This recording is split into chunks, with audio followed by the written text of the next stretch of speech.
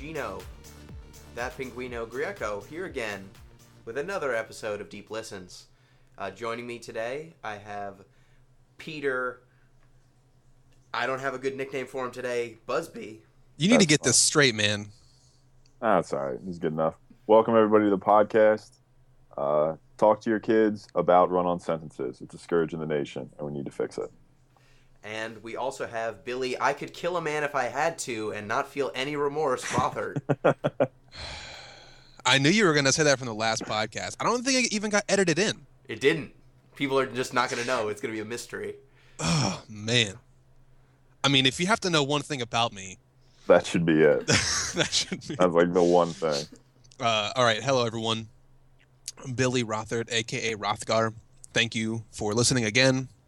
It's good to be back. I look forward to this podcast. It should be new, a little bit different, but it was a great game, so I'm excited. And joining us today, we have a psychology student and also my sister, Noelle Greco, joining us for the first time, helping us out on To the Moon. Yeah. Hey, guys. Keep on keeping on. Good advice. Good advice. Maybe. Okay. I don't know what you... That's a good introduction. Okay. Keep on keeping on. All right. So, emails. We didn't get any this week. So, if you want to send feedback on any of our episodes, like anything, thatpinguino@gmail.com. We will add you to the discussion. We will read your email out loud. Not verbatim necessarily, because I don't want your sick filth, but like if it's a good email, we'll read it. Try to avoid run-on sentences in the email, though. This is and nicknames. All true. And so today we all played To the Moon for the PC, and I don't think it came out anywhere else, but it might have been like system release, like DLC system, but I doubt it. Yeah, let me just make sure it.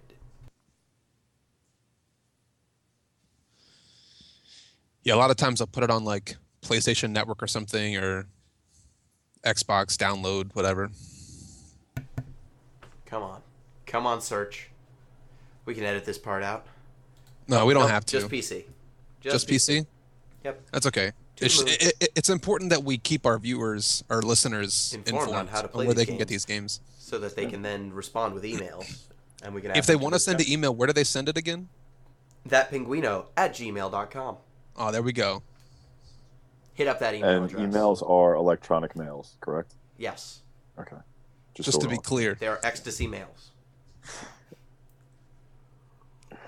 So To the Moon. So To the Moon. I picked this game because it has been on my to-do list since it came out. It was rated really highly. Basically, every place that I read gave it pretty high marks, talked about its story, talked about its unique setting, and I always wanted to play it. However, it is kind of a really deep, time-consuming, it's kind of daunting sounding, so I put it off for a very long time. It always seemed like there were other games that would be more fun, even though this one would be more impactful. And actually, this game is a lot more fun than I thought it would be. It's actually a lot funnier and more fun than I thought. And so, yeah, me and Noelle played it. You guys finished it. It's not too long. No. It was about 5 hours. Yeah. That's not bad. And so, one of the first things that jumped out at me about To the Moon is that this game, it is very serious. Like, if you read the synopsis, it is two scientists trying to grant a man his dying wish. But also, it is really funny. It is. You thought it was funny? Like, the dialogue. Like, between the two doctors. Okay, fine, but I was just, like, sad the whole game. Oh, yeah. A lot of feelings getting arisen. Emotional roller coaster. It is, but before we get to the emotional roller coaster part, like, I think the two doctors with their back and forth of all of the, like... Banter. Their banter is just great. Dr. Banter. And I think that this game could have been a lot sadder. Like, the entire game is pretty much the opening of Up, except in reverse. And it could have just been a real bummer the whole time. And I think that the developers did Kongao and the rest of the development team did a really good job of cutting in some funny back and forths to lighten the mood every once in a while. So it seemed like every time there was a very serious, just dour moment, they always cut to Dr. Watts saying something dumb to make it not quite so upsetting. Like Hadoken or Hulk like Smash. he had to break these little barriers to get from level to level, and whenever he did one, he would be like, Hadouken! Exactly. Kamehameha. Like Dr. Rosalind with her ridiculous like vegetable sayings. Oh, cucumber! Like crikey nutcrackers. Oh, that was squash. a good one. They're just great. I love those. And it's not that the game isn't super serious, is that if they just kept it a super serious tone at all times, it could have been so much sadder. If Dr. Watts wasn't sort of a loser, I think it could have been. It would have sort of just broken you down over time. And it does anyway. Yeah, no, it does. But you at least get to the ending because maybe there's that little interstice of humor. And also they kind of put in random pop culture references that at least kept me interested. Right. Yeah, that's actually a good point. This game is set in the real world. Like a recognizable world. It seems like it's set in the far-flung future. But what was your favorite reference? I like the How I Met Your Mother reference. That was pretty good. I'm Dr. Von Matterhorn. Yeah. Lorenzo Von Matterhorn. Someone That was look right that at the up on beginning, Google. It's great. Barney Stinson all over the place. And they're Animorphs. Animorphs play a central role in the story. They do. Which of like all the book series to pick, why Animorphs? I don't know. It seemed like it was the right time frame. Yeah. I mean, the only thing I ever liked about the Animorphs books was they were flip books at the bottom of the page. What do you mean? Priorities. Like they were like little pictures of Animorphs morphing at the bottom. Yeah. If you flipped it, there's a flip book. Oh no. Creationists aren't going to like that. The little flip book of evolution happening. We can cut that part out. Sorry, creationists. We have a huge creationist listener. We're not editing things. No more editing. No editing at all. No, I'm just saying that because apparently The Wolfman was a movie that got creationists up in a bunch because it depicted something resembling evolution, a human Like Del turning into a wolf. Toro's? All right, well, you can't make everyone happy. This is true. That's a You good can point. try. So I thought the Animorphs reference was great. I thought, like you said, the How I Met Your Mother, The Emperor's New Clothes was featured again really prominently. Again? Another book that features really prominently. Not like it features prominently I was everywhere. like, was there another video game that you recently played that featured it prominently? The Emperor's New Groove, the video game. Oh, okay. Well, that makes sense. That doesn't even count. It's not even the same thing. Yeah, I mean, since we brought it up, I was sort of curious about the inclusion of the Emperor's New Clothes. I always... Yeah. I thought that The Emperor's New Clothes, the reason why it was included was that it was kind of a good metaphor for... So, did you look up the condition that River had? Yes. Yes. Okay. We should probably explain it for our listeners, though. Yeah. Why don't Hey. Hi. Hey, expert. Expert? Okay, let's calm down just a little bit. Student, Students, more knowledgeable than any of us here. World-renowned Please help us. authority on... Why don't you tell us about what River's condition is? Okay, it's Asperger's, and it's a disorder that, how do I explain it? It makes it very hard to connect socially, and, it makes people, more factual and literal, and just a couple of other things. It makes them kind of like clumsy, and that's mentioned in the story, which is why I'm bringing it up. And also they fixate on things. Like they'll pick a specific topic, and I guess we'll go over that specific topic later. And they'll fixate on it. They'll learn everything about it, and yeah, it'll become like a part of their being, pretty much. So it's a little like Drax from I was just from, gonna say that uh, from Guardians of the From Galaxy. Guardians of the Galaxy. Yeah, a little bit. I mean, I guess a little, minus all of the rage and. Well, he was fixated Nothing on would go something. over my head. I'm too fast. I would catch it. I mean, yeah, they don't get like social Yeah, context. that's They social probably context. wouldn't get things like colloquial or like, turn of phrase kind of things.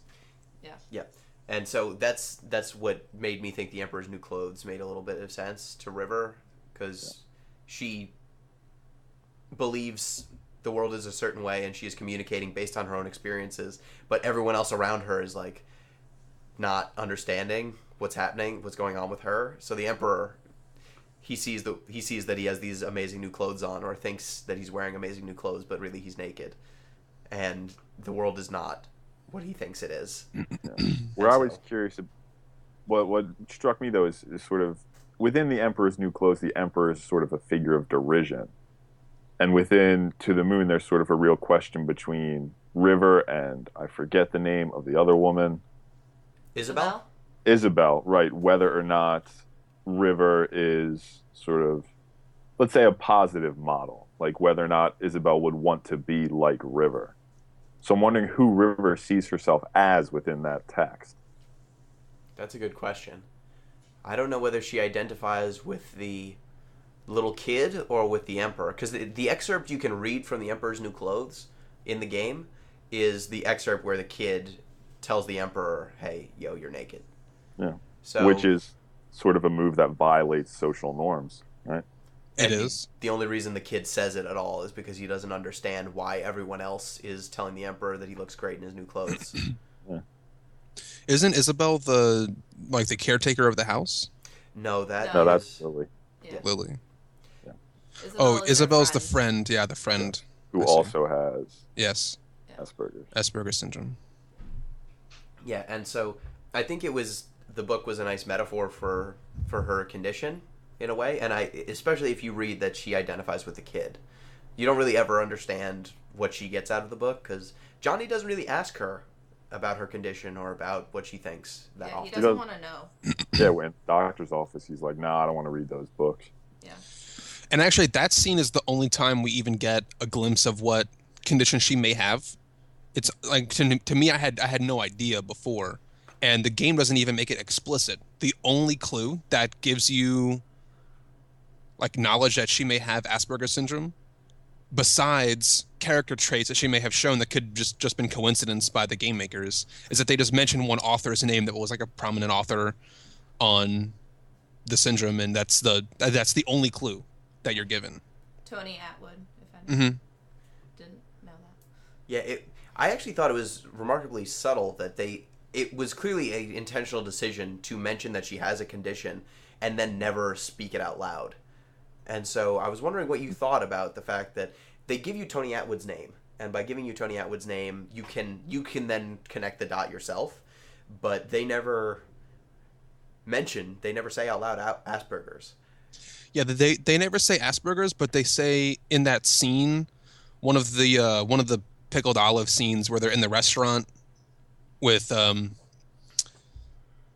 two couples, and then River takes a walk and goes away, and then Isabel's like, "Hey, how is she doing? Is she being a little more social? Like, I know she has the same condition I have. I kind of envy her because she doesn't have to pretend. I've been pretending my whole life, So that kind of let me have a clue, but I'm also not knowledgeable on psychological disorders, so I wouldn't have been able to pick up like, oh, she's talking about Asperger's syndrome. I would have been like, okay, she's got maybe like a weird personality trait. I don't know. I'm not knowledgeable on that subject. So it was subtle enough that, it wasn't in my face. I had to go look up Tony Atwood, and then I was like, oh, Asperger's, cool. All right. That's a character development. Do you think they meant it to be indicative of sort of an overall social reluctance to talk about mental illness? Perhaps. Like they don't mention it within the game because, socially, like when you think of illnesses, it's one of the few like types of illness where we don't really acknowledge it openly. You know what I mean? That, and when we get to the end of the game and you see what the whole story's really been about, it's not really about River that much. It's really about Johnny. And I think if they put too much emphasis on River having a psychological disorder, and the player might have got invested in trying to figure out what's up with that. It may have taken away from what we were looking at in Johnny's mind, because we ended up getting some really important moments towards the end of the game that made early in the game events, like their relevance changed. I mean, maybe. Actually, I think you brought up a good point there. Maybe it's because it is from Johnny's perspective. They're supposed to be Johnny's memories. That since he is clearly that scene in the doctor's office where he is openly not wanting to learn about her condition, maybe he didn't know, or he didn't really accept it or think about it that much. And that's why we're not getting it in these memories. He just thinks of it as this condition that is affecting him, but he doesn't care what it is or really the symptoms. He actively goes out of his way not to understand Asperger's and understand all of the ramifications of her condition. He just says he doesn't understand why she's doing the things she does.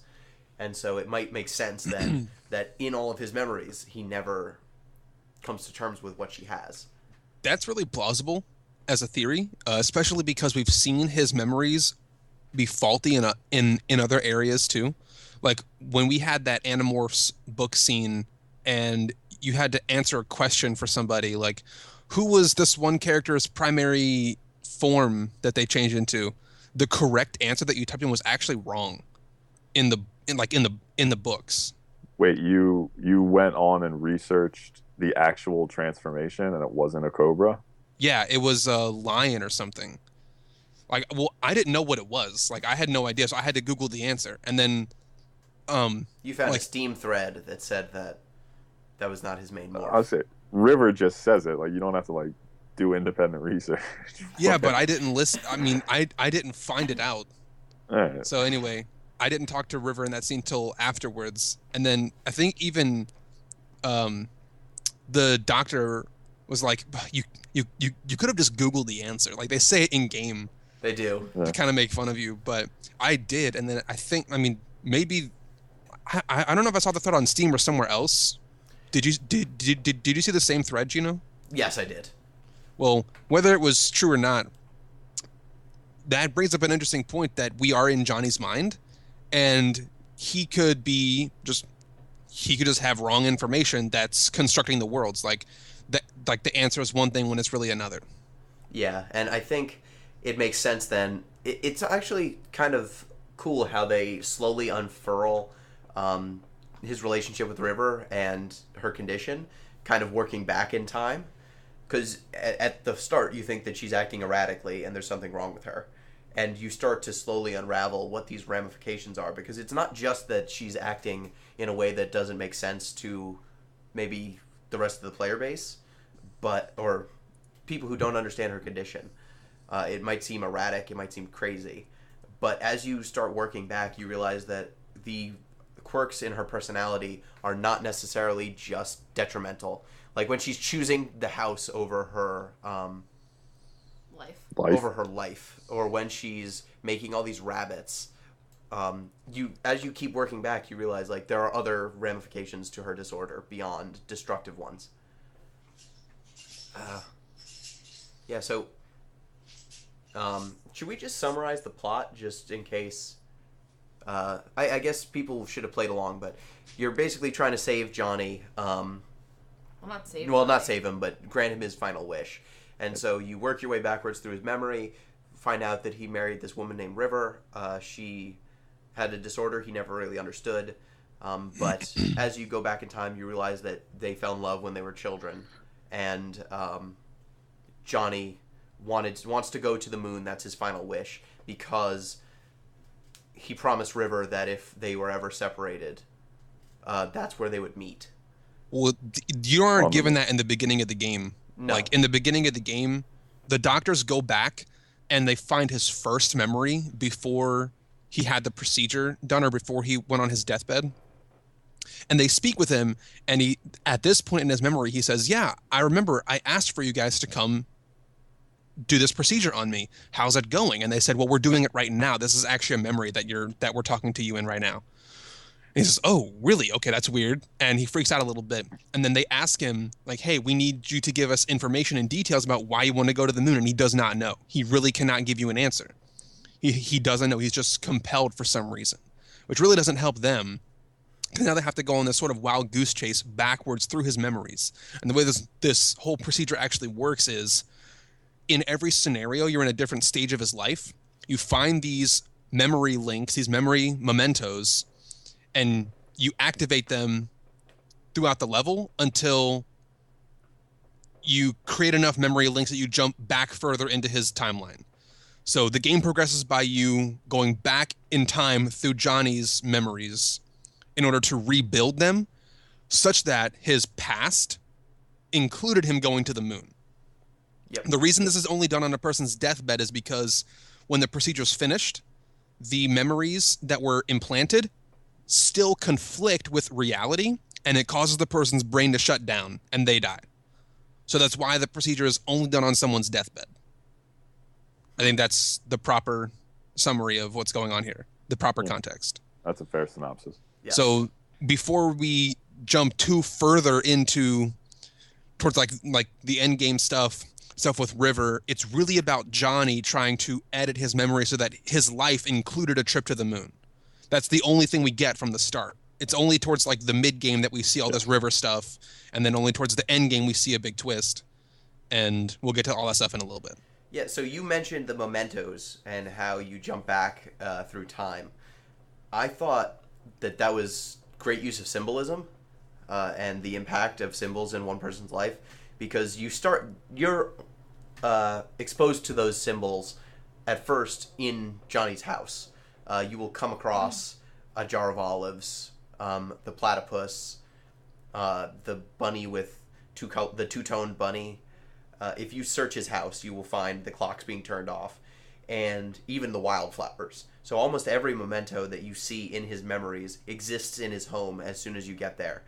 And so over time, you see these same figures repeating over and over and over again. And I thought that the game did an excellent job of kind of explaining to you the weight of given symbols in a person's life, that they are actually how you link moments together. It sort of gets like there's the positive sort of linking across memories, but there's also sort of this negative of the fixation. Like, obviously River is sort of fixated on those paper rabbits for obvious reasons, but Johnny's just as fixated in a certain respect on pickled olives, on Animorphs. So it's a through line through his memories, but it's also sort of a controlling motif. But also I think that was present because he doesn't understand his connection to those things. Like, there was the part of his memory that was erased. Am I allowed to talk about this? Yeah. Oh, okay. Yeah. It's gonna come up at some point. So, that his twin brother died, and then he forgot about it, or the memory loss because of the big walker. It was removed. Like, Yeah. his mother made him forget. Yeah. Yeah, but I'm saying he didn't have the memory. Is Right. Basically what I'm saying. But so I think he connected to those things so strongly because he didn't understand them.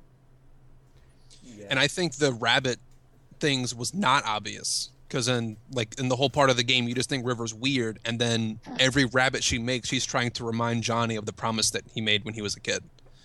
You don't get that information until like the very end of the game. So I think like rabbits are actually not it's not obvious. I guess it's superficially obvious for the wrong reason, because the player gets a piece of information that they think, oh, immediately we'll just link that to the rabbits thing. River's got a weird condition. Then they get tricked when it's actually turned the other way around.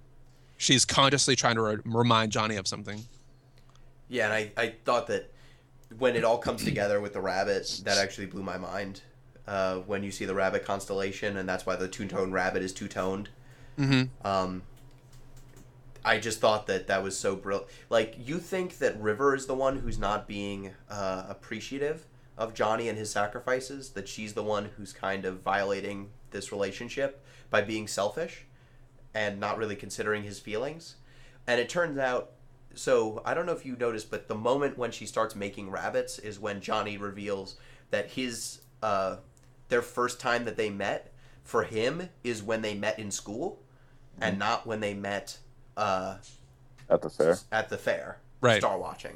So from that point on, she starts making these rabbits, trying to remind him, I guess, trying to communicate, and she can't really communicate. Hey, we actually met before that, and that was really important to me.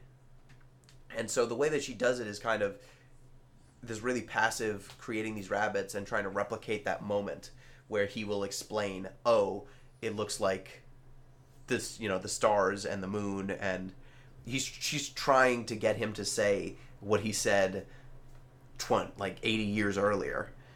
And so it kind of flips their entire relationship from one of River being unreasonable. Like, River is a little unreasonable in what she wants, but Johnny forgetting what their history was is an even bigger betrayal to her than some of the things that she ends up doing to him.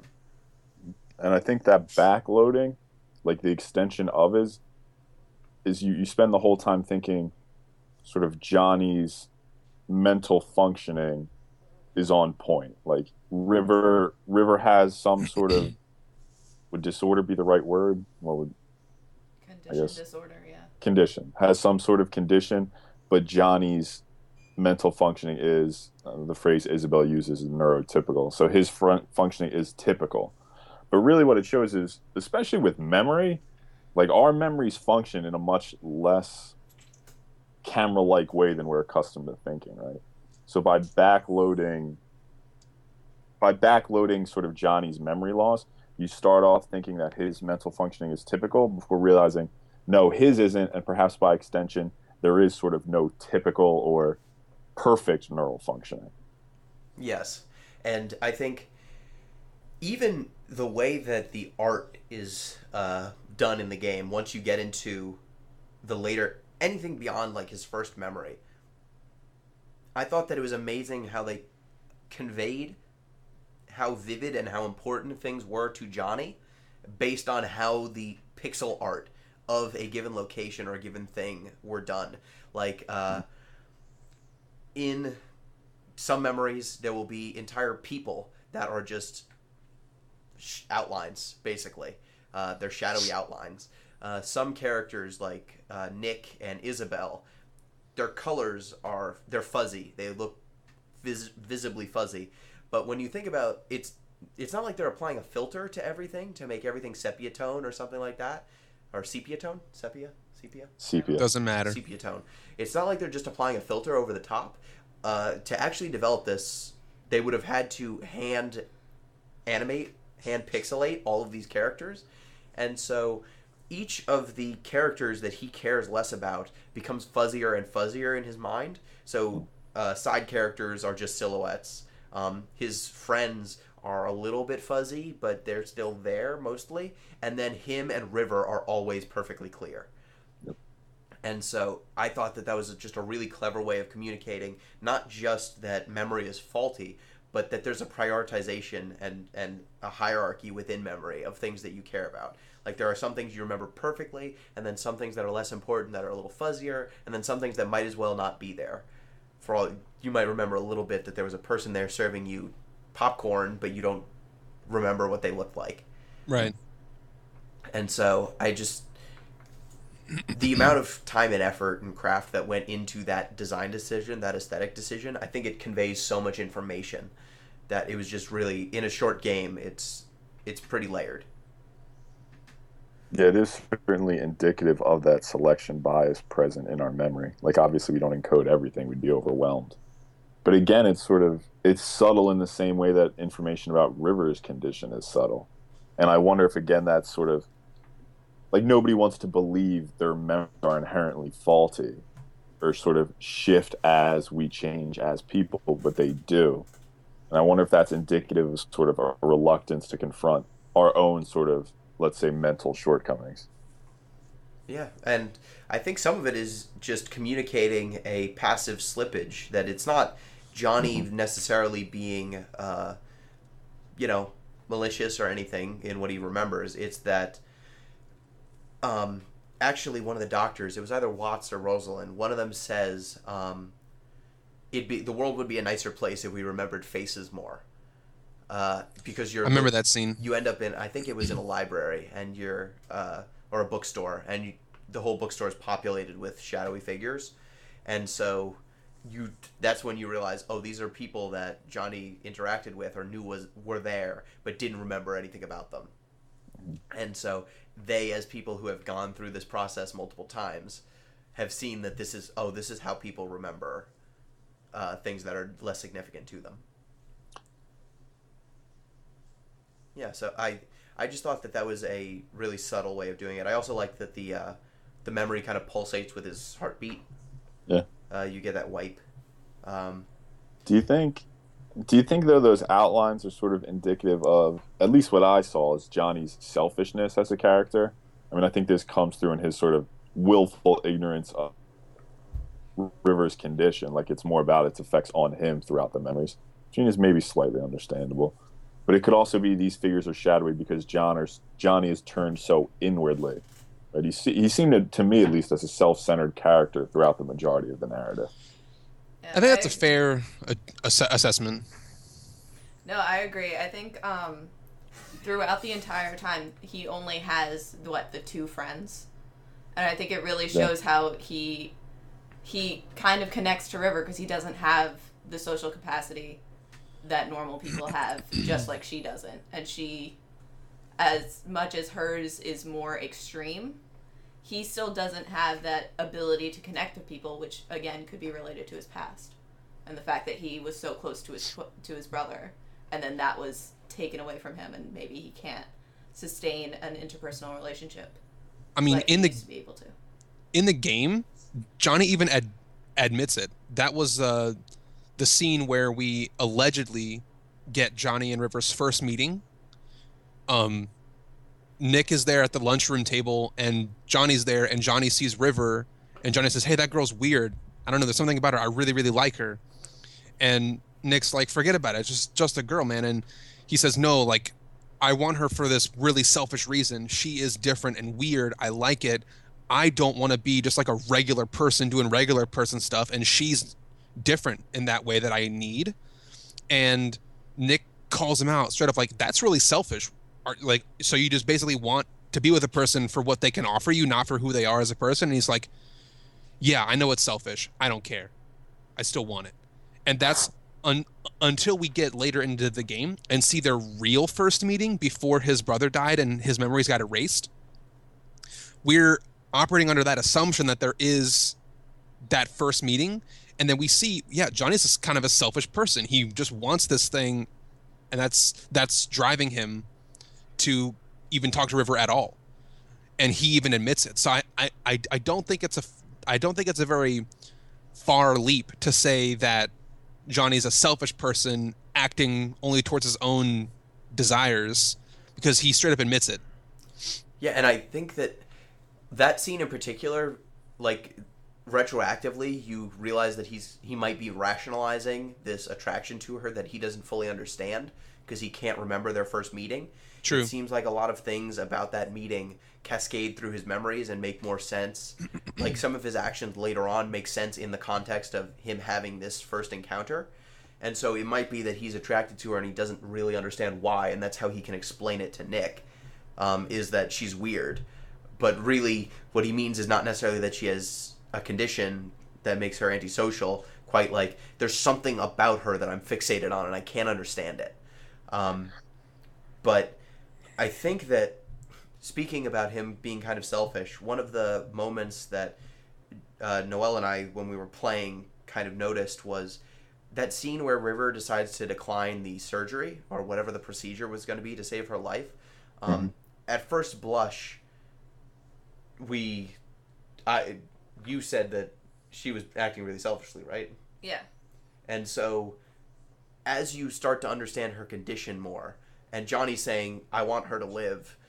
Why is she making this decision? What about my life? What about me?" You realize that it seems like River is making a really selfish decision for herself, but it's the decision that she wants. She does value this lighthouse and this house more than her life. And so it kind of makes you question, what is the right decision there? What is the selfish decision? Is saving this person's life, even though they won't save it for themselves, the right decision? Or is honoring their wishes, even though it will cost them their life and also cost you your relationship with them? And I think that was one of those moments where both of us went back and forth, because it was a really tough decision. And it was this moment where ultimately Johnny didn't have the authority to make the choice for her. But it's one that I've had close family in tough situations like that, and I can see where it would be a struggle. So I was wondering what you guys thought about that moment. Yeah. I think it became less selfish of River when we understand that there's things that she knows that we don't know and that Johnny doesn't know. If she's Johnny fixated, doesn't. No. yeah, if she's fixated, if Johnny she's doesn't know. fixated on bringing up this memory of their first meeting, and I think the house that they're trying to build is in the spot where they met. No. It's not. It's a different spot. Are you sure? No, it's I another think so. cliffside. Yeah. A different cliffside. Yeah, that spot is significant because it's a lighthouse that they. Yeah, and that's like her fixation. Oh yeah, that's where they got like is married. on- Yeah. No, They but got her married. like you see even when she's younger, like she's fixated on lighthouses Mhm. because they remind her of stars, but they're more tangible. Yeah. So that's the reason why it's so important to her. And then she's Well, like, either I'm going way- to befriend a star, but really her lighthouse. And that was Anya, whatever. I think a lot of the things that River does is, especially after River finds out about their first meeting, or what Johnny believes is their first meeting, and then she starts going on this elaborate plan to try to get Johnny to remember things. That could be one of her final pushes to try to remember something, to try to get Johnny to remember something. If he has to commit to finishing this project, that might link him to something from his past. And I think it does because by the doctors actually coming and fixing his memory for him, she actually manages to get him to remember or get them to at least inject that memory back into his head. Yeah. So if she was still alive, that first memory would still be beta blocked, as far as we know. What struck me about the moment, and I'm going to make two statements and then I'm going to qualify them, so stick with me. What a student. Right? So, one, I think relativism is an encroaching disease upon our society. The idea that everything's relative and there are no sort of objective standards. That's statement one. Statement two, I think at the time, and I think I still continue to think, that River made the wrong decision, right? That she was behaving irrationally, that no sort of person should make the decision she did. Those are my two statements. Now I'm going to qualify. Having made those statements, what I struggled with the most in that moment was asking, why is it that my rationale for that decision is the correct one? Like, is it fair to say that River, in choosing that, made the wrong decision? By what sort of criteria is it that I'm evaluating? And are those criteria fair to apply to River, given her mental functioning is so much different from my own? So that's my struggle, whether or not we can apply sort of objective criteria to the rationality of decision making. And it's one I'm struggling with even after finishing the game. Yeah, and I think that decision in the context of she is in her later years, she is suffering from a disease and you don't know what it is. You don't know if this procedure will 100% cure her or if it's 100% successful. You don't know. The game doesn't tell you. Mm-hmm. And so you just understand that this lighthouse in this house is super important to her. It's like you see the moments where she is finding out that they're going to buy that plot and how that is the most joyful she is the entire game, if you think about it. Yeah. There are moments where, like, their first meeting, she is standoffish. She is standoffish on their first date. They're having their first date, and Johnny doesn't know they're having a date because she's not sitting next to him.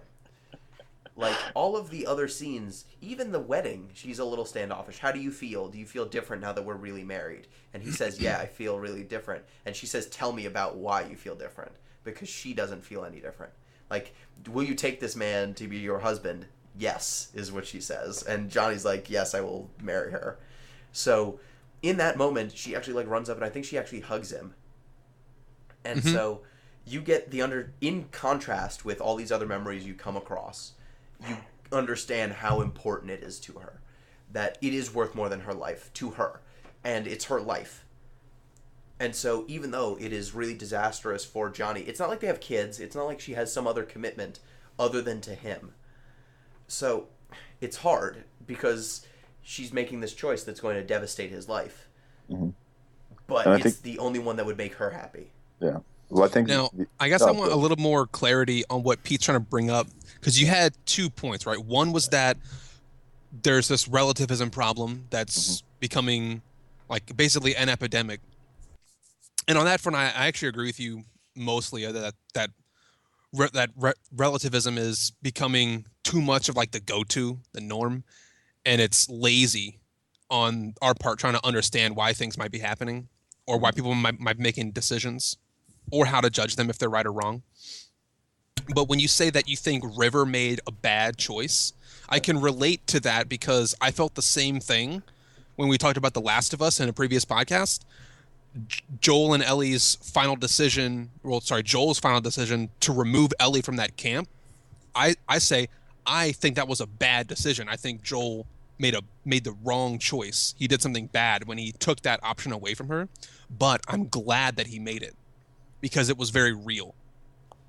So I can see. I guess I'm torn in two places. I am glad that River made the decision that she made because it ended up. I mean, I guess I'm selfish. It made for like a more interesting course of events because if she didn't make that decision, the game wouldn't have been the game, and none of this cool story would have followed. But I don't know if it was right or wrong. And I think part of the reason why I don't know is the point that you brought up. I can't really put her decision in the same frame of my mind because now that I know our minds work differently, I can tell you that like I would probably prioritize the happiness of my spouse over my own life. And if River says that, okay, I have 2 options. I can prolong my own life and maybe Johnny still never figures it out and then I die anyway later, having not figured anything out. Or maybe if I do this, Johnny will connect his memories again, or like this will affect him in some way that maybe he'll remember something or get more out of our relationship and maybe he'll be happier. Then I could see totally fine. Yeah, you should do that if that's what you want to do with your life. I mean, I think you're taking her train of thought as being way more convoluted than it is. Because I think that's the difference. I'm a convoluted brain. Like I can't handle it. To go from her perspective as someone with Asperger's, she doesn't relate other people's feelings. Like she doesn't think like, oh, this is going to make him upset or oh, this is going to make him happy. She's thinking, this is what I want, and she doesn't get the social context of it. She doesn't get that if she dies, he's going to be put into like this what's it called? Downward spiral. Downward spiral, yeah, because she doesn't understand emotions like that.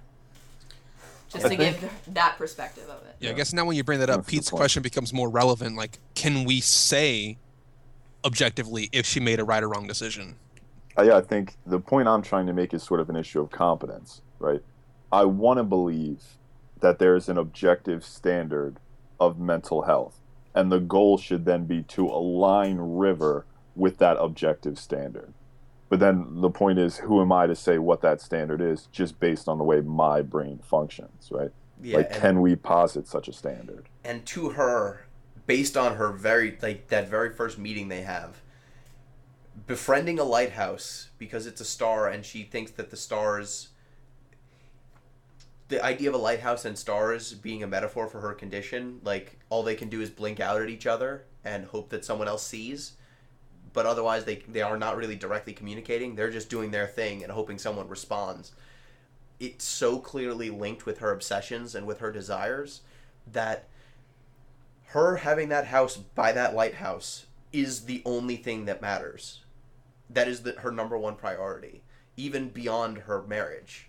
Like, it seems like that is her. If she ends her life buried next to that lighthouse, she has achieved what she wanted to achieve. And so it just seems like it's such a tough decision and such a contradictory one to what we would want, but it makes so much sense for who she is and what she wants. That I think, like, yeah, I agree that relativism it can be really obnoxious when the things can be so abhorrent and you're saying, but wait, there's relativism. But here it is a case where Johnny's going to be sad, but also Johnny has wronged her and he doesn't know why and he doesn't understand, and he's really being selfish as well. because it is clearly what she doesn't want. It'd be like it's worse than having a will that says, take me off life support. He is telling her, she is saying, I don't want this. I'm not going to sign it. It's not even like there's a document that she signed months ago. He's still asking her, and she's still telling him exactly what she wants. And he's saying, no, you can't do this anyway. Even though that's what you want, it's what I want. And so it's just such a tough situation. Yeah, and that lighthouse and that place is just like such a connection to herself that she hasn't felt before. And that's way more important to her than any connection to another person. Yeah. And I think one of the central tensions of the game is bringing us as an audience in line with those desires of River. Like, it seems initially that there'd be sort of no justification for behaving in this way. But as you start to understand more about River, more about her connection to Anya, might as well use the lighthouse's name, you start to understand more, okay, here's why, for her at least, this makes a lot more sense. And maybe it shouldn't be our job to allow, we as an extension of Johnny, to allow or disallow this wish that she's consciously made. Mm-hmm. And why don't we take a short break, and then when we come back, we can discuss some of the other stuff going on with To the Moon.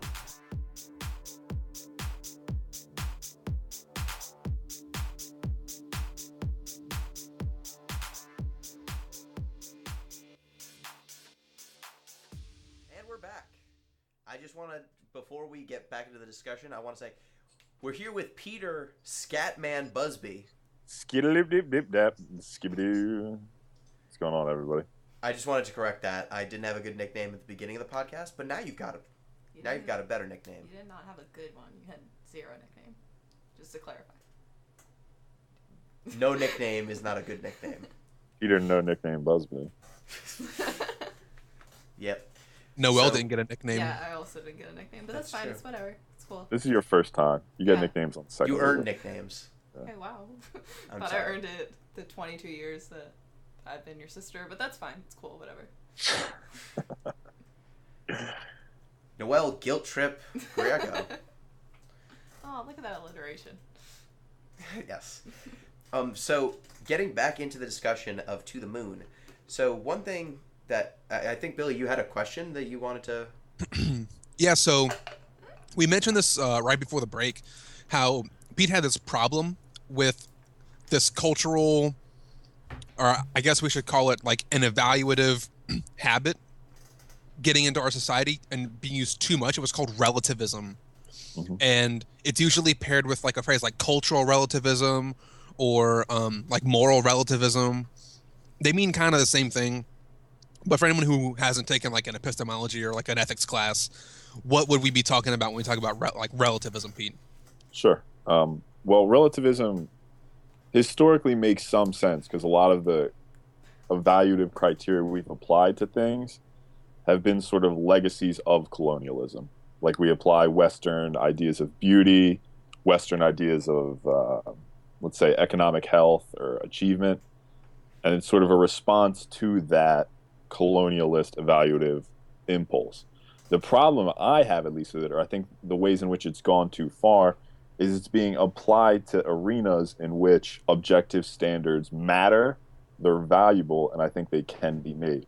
So you look at sort of moral relativism is the idea that we can never say whether an act is moral or immoral because we're just applying standards from some sort of usually colonialist framework. So what I'm saying, at least in the case of To the Moon, is I'm wondering if there are objective standards of mental health, or if perhaps this is an arena in which relativism might actually make more sense than it does in other areas. But that's basically in a nutshell what relativism means, that there aren't objective standards for things. We're just imposing culturally mandated ideas on other cultures. So, right, for example, like killing someone, is it really wrong, objectively wrong, or is it relatively, in these contexts, can it be, maybe we're saying it's wrong, but maybe we're wrong about thinking that it's wrong? A more mechanical view would say, like, if you're forced into a position where killing somebody would by our society standards, not be just straight up morally wrong. It could be wartime, it could be self-defense, it could be whatever. Um, the difference between something being just like 100% objective or 100% relative is that a person who said that something is 100% objective would say, doesn't matter what scenario you're in, the act of killing somebody, you isolate it, and is that good or bad? Whereas somebody who's going to take like a relativist perspective will say, hey, for any action, it'll never have the same criteria surrounding it, so there almost can never be a uniform judgment on whether something is right or wrong, good or bad, because there will always be differences in the scenario. There'll always be differences in the person, in what their beliefs were, in what society is telling them to do, because, American society might be different than Asian or European or African society. So I think this relativism is good in some sense because it can provide and make use of the context, but I will agree with Pete, I think, or I should say Pete will probably agree with me when I say relativism is being used as a cop-out. It's making us lazy because we can just defer to relativism instead of getting to the meat of like, is something really good or bad? Like, can we hold this to a higher standard? And that's some of the questions that we've had to ask with River and some of her actions. Can we say what she's doing is right or wrong? And even Johnny too, in some sense. Can we say what Johnny's doing is right or wrong when we are not them? We don't have 100% access to their scenario or to how their mind works. With River specifically, can we say she's healthy or can we say she's not healthy? Based on what standard would we make that evaluation? Is there a standard to use? Yep.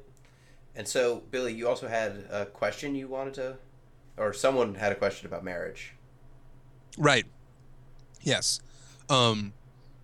We see this whole story from Johnny's perspective. We see that Johnny has this connection and this need to be with River for his own personal and selfish reasons, but it's never really fleshed out. I mean, I don't think the developers have a way to do this, even if we're going to truly get things from Johnny's point of view, almost 100% from Johnny's point of view.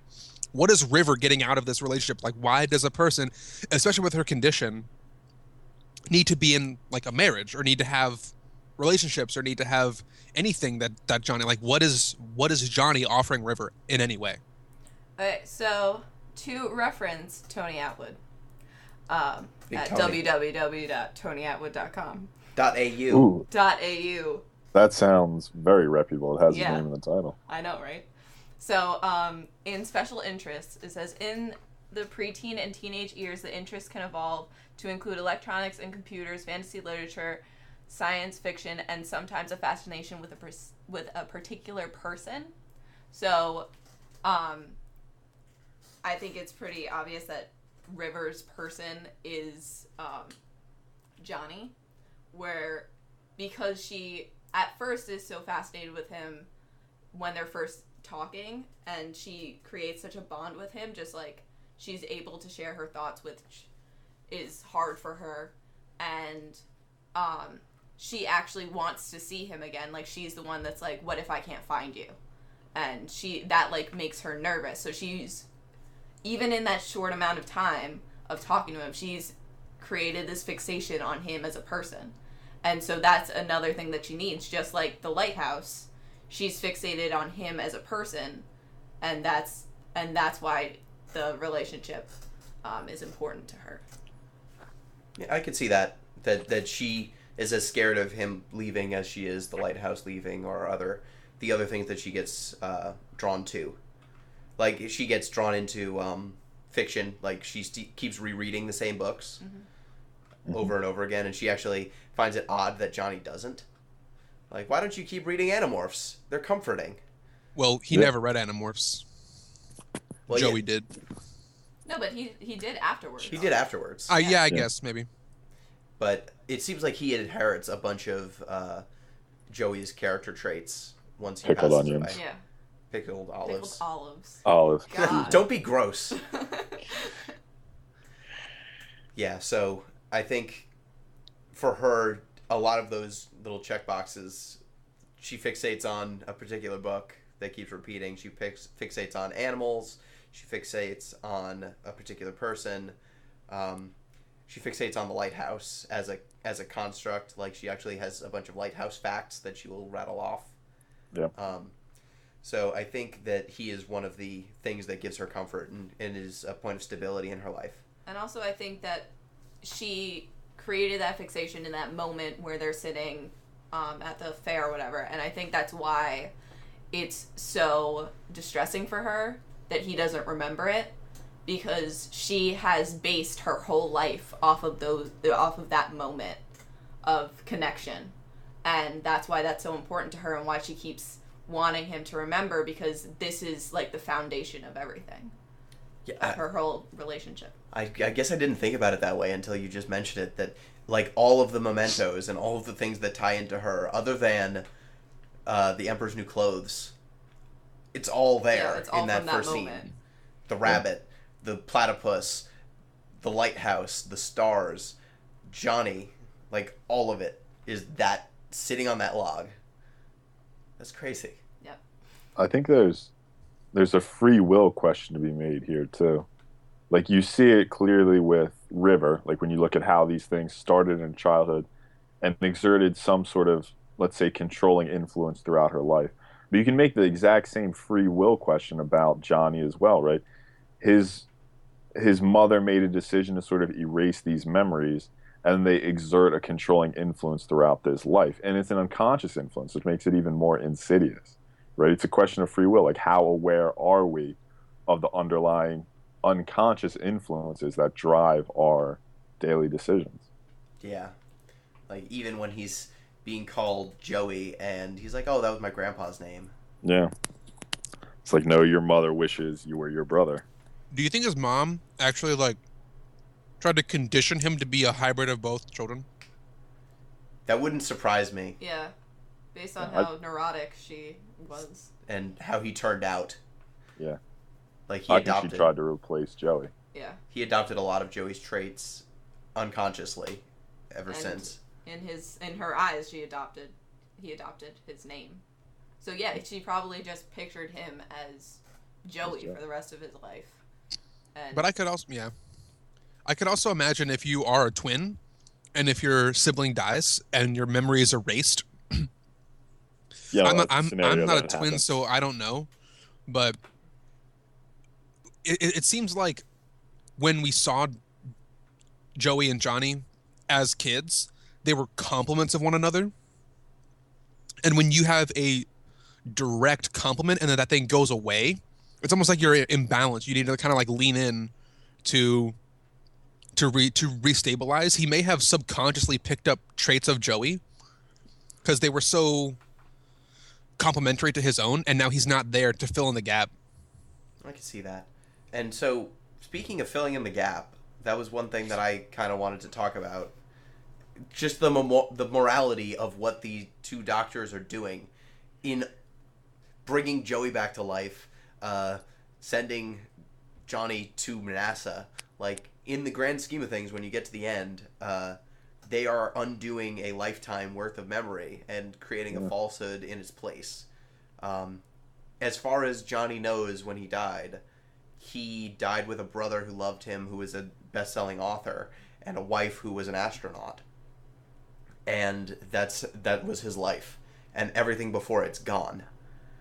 So, is doing that violence to his memory and to the truth, is it actually harmless? Because I don't know about you, but I found his life with River originally a lot more compelling than the fictitious life that he imagined with NASA. At least it impacted me a lot more, seeing the reality of the hard choices they had to make and how finances impacted them and how her condition started to change and how his condition started to change versus the Disney-fied version where he went to NASA, everything worked out, and everything's great, and he goes to the moon. Like, it fulfills his wish, but it is at such a disservice to who he was and who she was. But would he have been that same person if his memories weren't erased to begin with? No, but that's what happened. No, I know, but I'm saying, like, as much as this is violating his memories were already violated. So, I don't know. This at least brings a good outcome. And like as much as it is Disney-fied and like everything's perfect and whatever, and yes, struggle is more interesting to watch, but it did make his life better, and it corrected a lot of things that he couldn't have corrected in his own life. I guess there's two things that I want to bring up. First is the memories don't get erased. I think they just get added, and they're in direct conflict with other memories that still exist. I think that's why the person's. I mean, like they say that in the game. Like I'm not sure how the machine actually works, and maybe the player doesn't get a full understanding either. But they describe why they only do it on deathbeds. They say it directly conflicts with persons' still existing memories, and that causes their brain to shut down. So that's all the information that we're given. So I don't know if it's safe to say that the memories are straight up rewritten, or if they're just added like a new layer of memories, and the person has the memories, but they may still conflict with stuff. Like maybe in Johnny's mind, he has. I'm trying to think of a really good example that got directly changed. Maybe he has that Animorphs bookstore memory where he meets River and talks about Emperor's new clothes, and he also has the book signing of his brother, and he doesn't know that they conflict, but they do. My impression was that what they do is they download his memories, they make the changes, and then they re-upload them after they're done, and it wipes out what was there before. So they kind of have a hard copy, and then they are working from that, and then injecting it back. But I can understand it conflicting with reality if he was going to survive. All of a sudden he's walking around like, yeah, I went to the moon, and no one else is No, you didn't. Shut up, Johnny. Crazy person. Gino, if I can sort of try to summarize your question just so I make sure I have a handle on it. Yeah. Is part of it you asking sort of what obligation we have to truth in crafting sort of personal narrative? Or like what obligation we have to the truth in our memory? Should it be truthful? I think that's part of my question. And also, does it do a disservice to everything that was the actual course of events?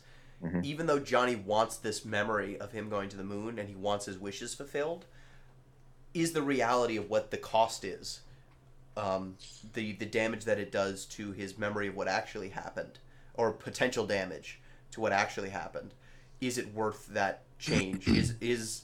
Are Dr. Watts and Dr. Rosalind doing, like, they're fulfilling his wish, but are they doing more damage than they are actually helping? So I found what I was looking at on the website. This is the Freebird Games to the Moon official website. Okay.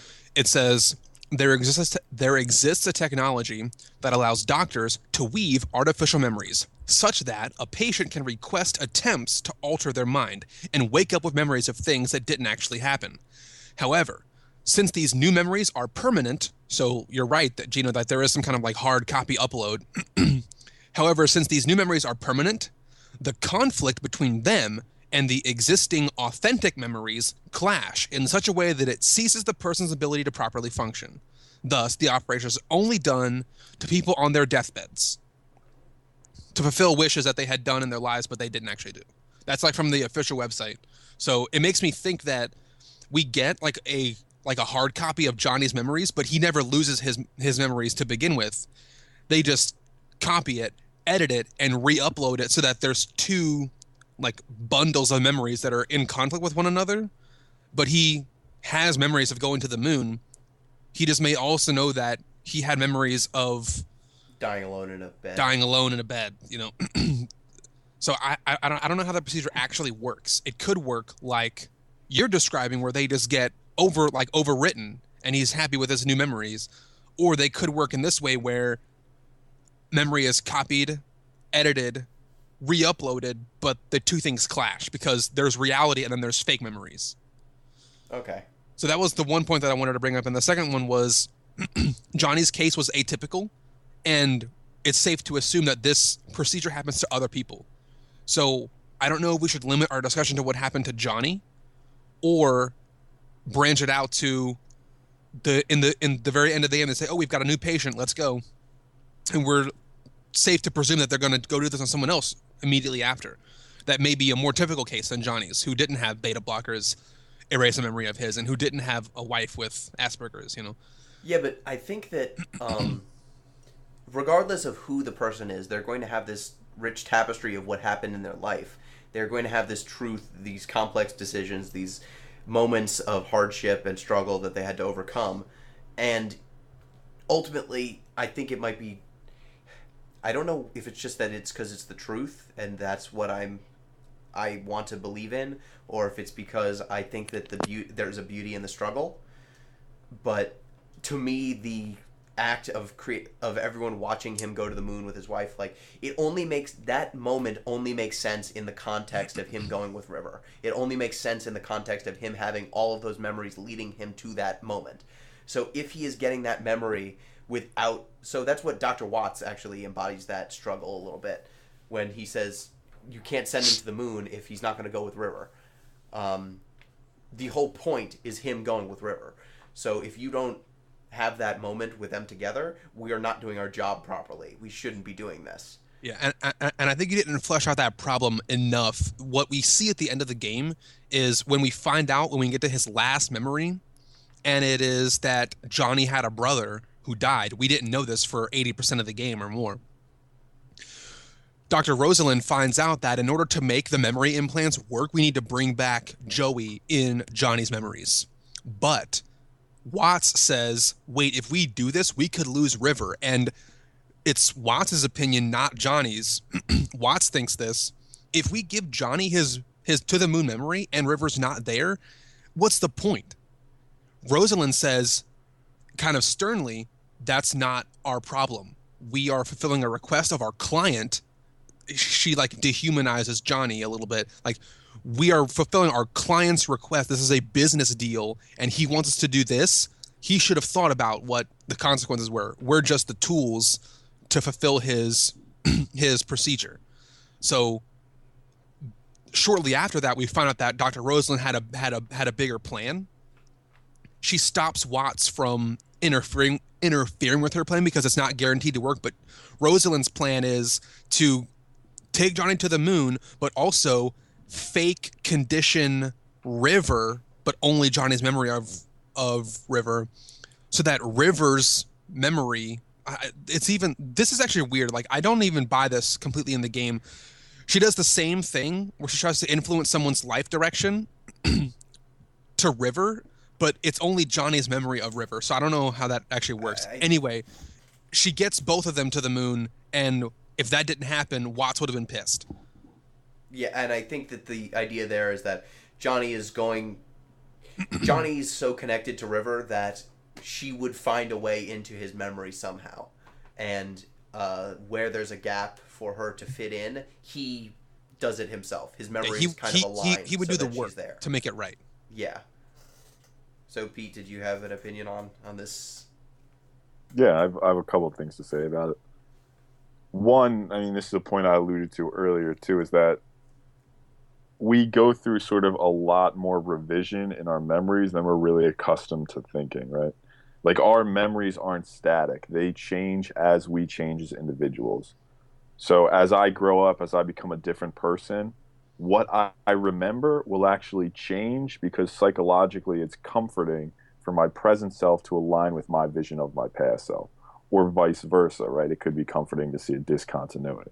Again, I'm not the psychology expert. I just researched memory for an English paper. So if I'm wrong, Noelle, feel free.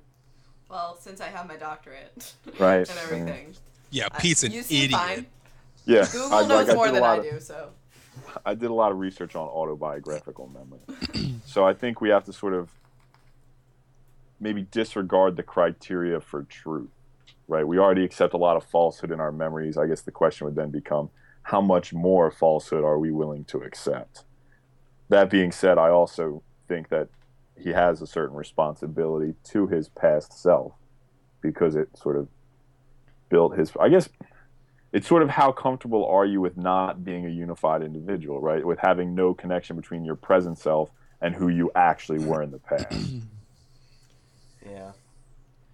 Noelle, you have any thoughts on this gripping? I was distracted, sorry.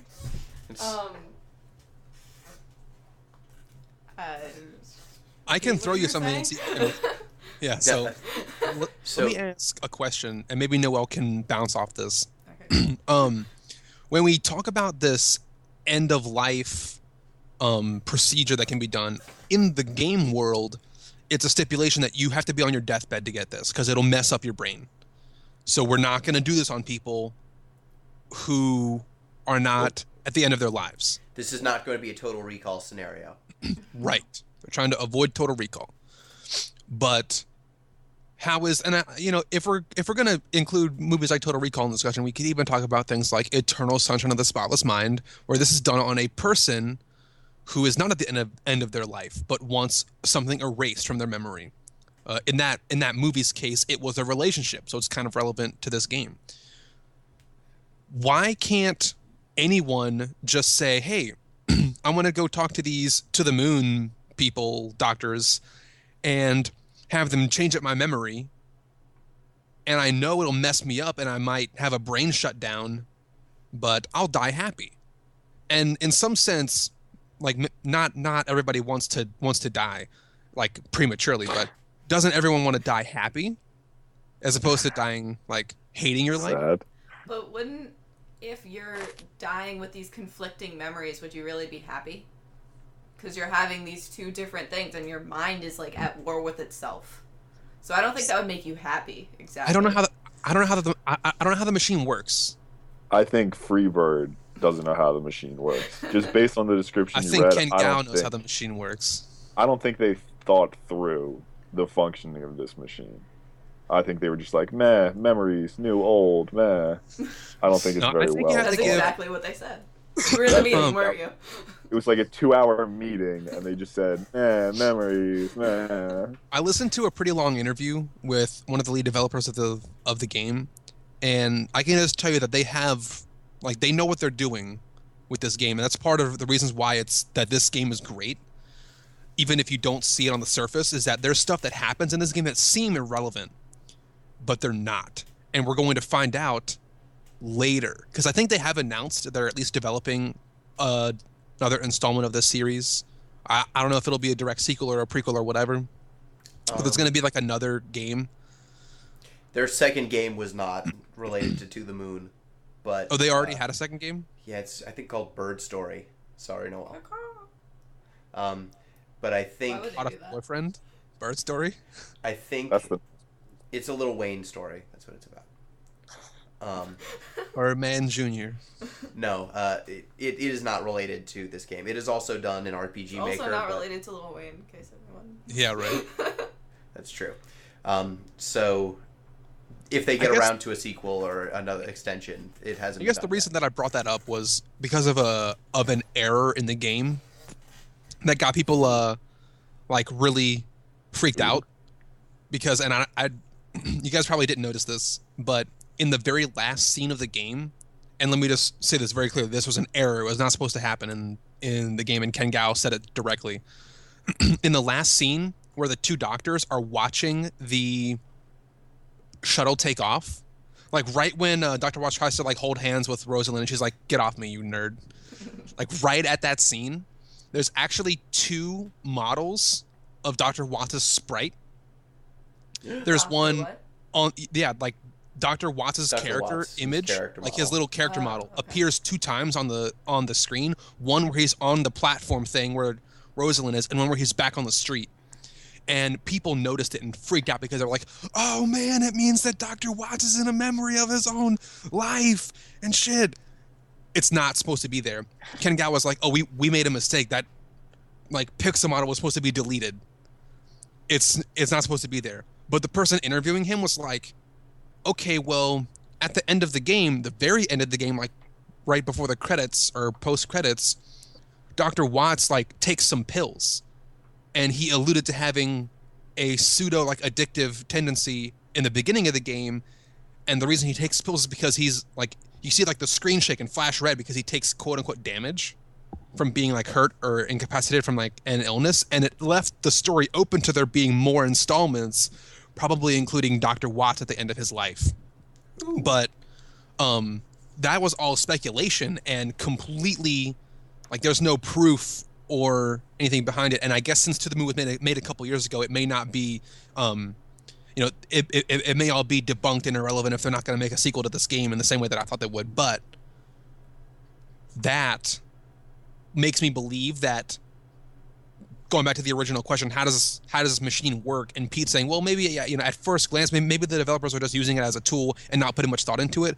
I think that the people that made this game, Freebird and Ken Gao, are putting a lot of thought into these things, and we shouldn't just shortchange them as developers saying, well, maybe they just didn't care that much to flesh it out. I think they did, or at least they left it open enough so that they could flesh it out more if they wanted to. Look, the game's a rich tapestry that's weaved together. No doubt. I agree with that. But I think the physical logistics behind the machine are so contradictory and slipshod that there's no way to create a machine. I have with different problems. There's no way to create a machine that would both function in the manner they're describing and work for its intended purpose. So there's a disconnect there that I feel the easy way to resolve is it doesn't preserve the old memories. Yeah. Well, in any case, I think this game's excellent. And actually, I think that this is a pretty great answer game to our discussion last week, because it kind of provides us with almost all of the things that I said I wanted in a game. It is a relationship is at the end. It is an entirety of a relationship, not just they kiss once and that's the end of the game. Mm-hmm. It is a relationship between two equals, even though there's a mental disconnect between Johnny and River. They are mutually dependent. They are mutually dependent. They want each other. They are there of their own volition. Now, also Watts and Rosalind. That's another relationship. Platonic friendship. They're frenemies. Friendship might be a bit hasty there. Co-workers. They're co-workers. They have an on again, off again thing. I think that this game, it showed mental illness, and actually treated it with seriousness and with care. That is kind of bold to do in games. This is jumped out at me. One of the main protagonists is a black woman. Only I have not seen a black female protagonist in a very long time. So I thought that those really Did anyone jumped out. choose, you were given a decision earlier in the game to play as Watts or play as Rosalind. Did anyone, what did you guys choose? I did both, because I actually started the game before me and Noel started playing together, and so the first time I picked Rosalind, does it change anything? Time I picked Watts. Yeah, it just changes what they say. That very first moment where you're kind of searching the house and then finding the platypus and the rabbit thing, the rabbit origami. It just changes the. It doesn't have any long-term late game effects, does it? No, they keep swapping back and forth after that. Yeah, but I think that this game, it's completely linear, and that's kind of how it gets away with a lot of these moments. It forces the player to see them.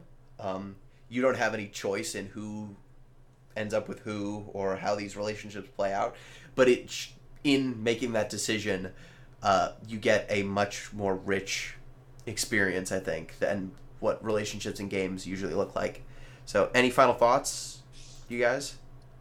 Yeah, I agree with you. My qualms with the operation of the memory machine aside, it was a great game, had a lot of interesting things to say about mental health and sort of how we relate to other people within a relationship.